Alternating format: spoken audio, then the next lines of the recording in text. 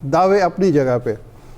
ये इलेक्शन आज के दिन मैं अगर देखूं तो ऐसा लगता है कि सर्द मौसम के बावजूद माहौल के अंदर गहमा गहमी और सर्द महरी होने के बावजूद बहुत सारे अवामिल के बावजूद जो अवाम का जोश व जज्बा मैं देख रहा हूँ वो एक मिसाली है। मुझे 70 का इलेक्शन याद आता है, 1977 का इलेक्शन याद आता है और फिर 2008 का इलेक्शन याद आता है। ये तीन मौके हैं जब मैंने देखा।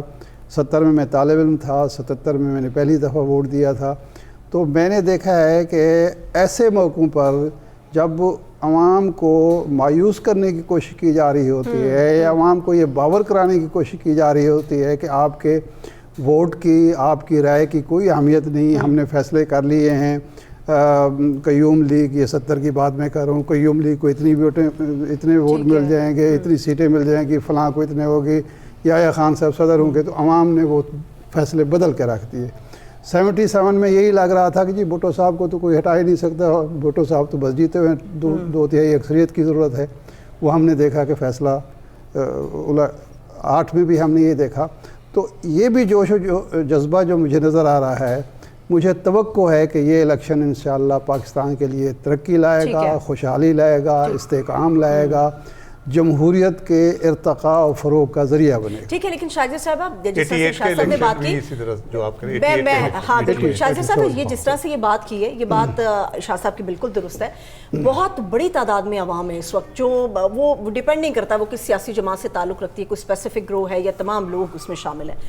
बड़ी तादाद में अवाम अपना वोट कास्ट भी करना चाह रही है, मगर एक सवाल बड़ा उठ रहा है शदोमत के साथ कि शफाफियत का आंसर बाकी रहना चाहिए। ये सवाल भी अवाम उठा रही है। मेरे ख्याल में ये जो शफाफियत का आंसर है, ये कोई पहली दफ़ा इलेक्शंस में नहीं उठाया जाएगा या कोई पहली दफ़ा आवाम नहीं पूछ रहे हैं। मैंने तो जब से आंख खोली है, हम तो धांधली शुदा इलेक्शंस और धरने और कोई इलेक्शन मानता है नहीं मानता, बिल आखिर मानना पड़ता है। हम तो जब से मैंने सियासत को समझना शुरू किया है, या मैं इस फील्ड में हूँ या मैं इलेक्शंस को कवर कर रही हूँ, मैंने तो हमेशा ऐसा ही माहौल देखा है। तो इसमें कोई नई बात नहीं है।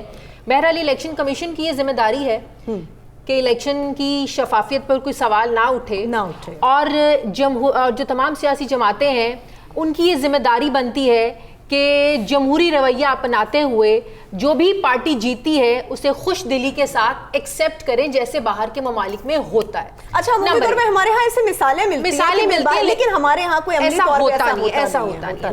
नंबर 2, कल का दिन बिलाखिर आ पहुंचा, बड़ी अच्छी बात है। मैं हमेशा मैं ग्राउंड्स में जब मैं जाती हूँ बाहर प्रोग्राम करने के लिए, मैं लोगों से एक ही अपील करती हूँ, क्योंकि बाहर मैंने वोटर को, सपोर्टर को जो पीटीआई का है उसको नाराज़ भी देखा है, उसको मायूस भी देखा है।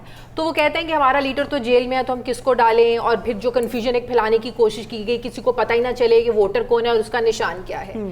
तो मैं अपने इस ट्रांसमिशन के थ्रू मैं लोगों से यही कहूँगी कि आप लोग अगर वाकई अपनी ज़िंदगियों में तब्दीली चाहते हैं, अपने मुल्क में तब्दीली चाहते हैं, तो प्लीज़ सुबह घरों से ज़रूर निकलें, वोट ज़ाया मत करें। आप नवाज लीग को देना चाहते, उससे जो बेहतर लगता है आप उसको दे दें। अगर आपको अभी भी कन्फ्यूजन है, आपको नहीं पता कौन सा हल्का आपके जो पीटीआई का कैंडिडेट है कहाँ है, क्योंकि एंड तक ही कन्फ्यूजन अभी तक फैलाई जा रही है, तो मेरा मैसेज यही है कि ज़रूर निकलें। और तीसरी बात, ये इलेक्शन इसलिए अहम है कि पाकिस्तान की मकबूल जमात इस वक्त इलेक्शन से आउट है। एक तरह से हम तो इसको आउट ही समझेंगे, जिसके पास निशान भी नहीं है, लीडर उनका जेल में है। और चौथी अहम बात यह है कि जेल में वोटिंग हो चुकी है, जो हमेशा पहले होती है। और अब इसको मैं फेक न्यूज़ कहूँ या क्या कहूँ, उसमें तो तरीके